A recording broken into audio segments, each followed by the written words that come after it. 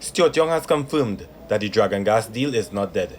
In fact, his government is moving at full speed to fulfill the energy arrangements with Venezuela.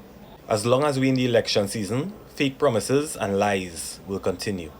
You think that Trump, after all he has been saying for the past few days, the same Trump that have all these bigger countries spinning like top in mud, going and give Trinidad and Tobago a lie? Are you doing your best to get this country sanctioned? Because if the Dragon gas deal isn't dead, then sanctions are alive. Stuarty is a very persistent fella, I will give you that. But if you keep moving full speed, then Trump will hit you full stop. Or you go let me know what you all think. Should Trinidad and Tobago continue with the Dragon gas deal with Venezuela? You all go let me know. Joan Estick, the 60-year-old grandmother whose head was chopped off and placed in a cooler bag last week, well, it's being reported that her body was fed to pigs in Pinal.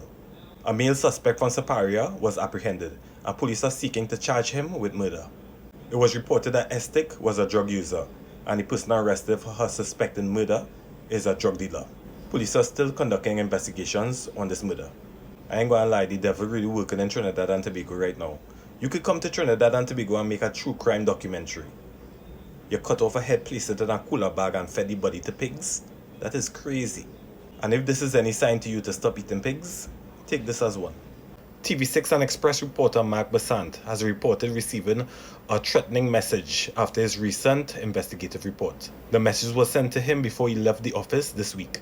The message read, "I hope the money that you get for your so-called exclusive can support your family when you're gone." Besant, who has been threatened before, reported this matter to the police. Well, I hope Mark is safe because all threats should be taken seriously.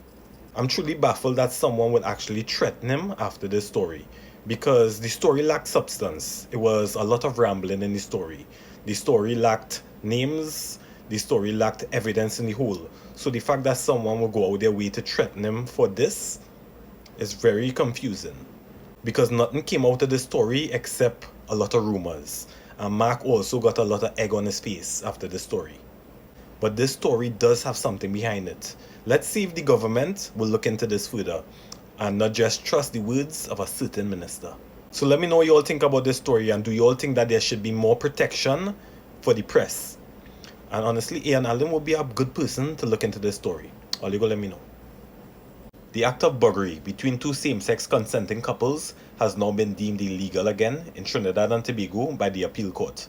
Even if the act is carried out in the privacy of their own homes, it is still considered a criminal offense, which now attracts a term of imprisonment of up to 5 years.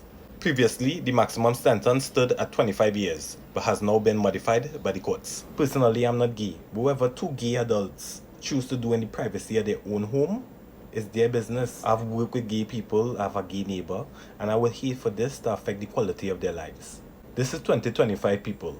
We want to get rid of the colonial past of Trinidad and Tobago, but two same-sex people can't get married, two same-sex people can't have a relationship. Come on, we have to do better than that. Personally, I'm no LGBT advocate, but everybody who living in this country should have a quality human life. Love who you want to love. Or you go let me know what you all think. A shooting in Port of Spain last night has left a 24-year-old woman and a 25-year-old man warded in hospital in critical condition. The shooting happened around 8:05 p.m. near Oxford Street. Police found 22 spent shells of different types on the scene. The couple were driving a black Nissan Tida, with the man sitting on the front passenger side and the woman sitting behind the driver. The man was treated for gunshots on both legs, while the woman is still in critical condition. Police are currently investigating. A prime minister could come, a prime minister could go. A police commissioner could come, a police commissioner could go. A SOE could come, and a SOE could go. But crime is still plaguing this country. And one of the things I fear the most is crime is starting to become the new normal. Y'all go let me know what y'all think. Trinidad and Tobago will have a 4-day weekend to end the month, with March the 30th and April the 1st being declared holidays.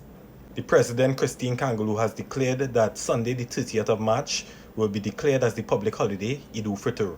However, this date is also recognized as the public holiday, Spiritual Baptist Liberation Day. Therefore, the President has announced that Monday, March 31st be the public holiday in observance of Eid-ul-Fitr, and April the 1st be the public holiday in observance of Spiritual Baptist Liberation Day.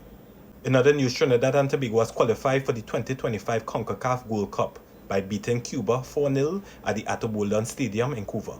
giving the coach the white yoke an edge in the competition as he has won his second competitive outing as the coach of Trinidad and Tobago.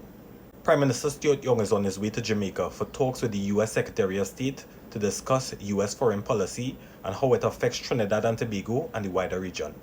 Other CARICOM leaders are expected to be in Jamaica for similar talks with the U.S. The U.S. Secretary of State Marco Rubio is set to tell the Caribbean leaders that the U.S. will not support further regional dependency on Venezuela.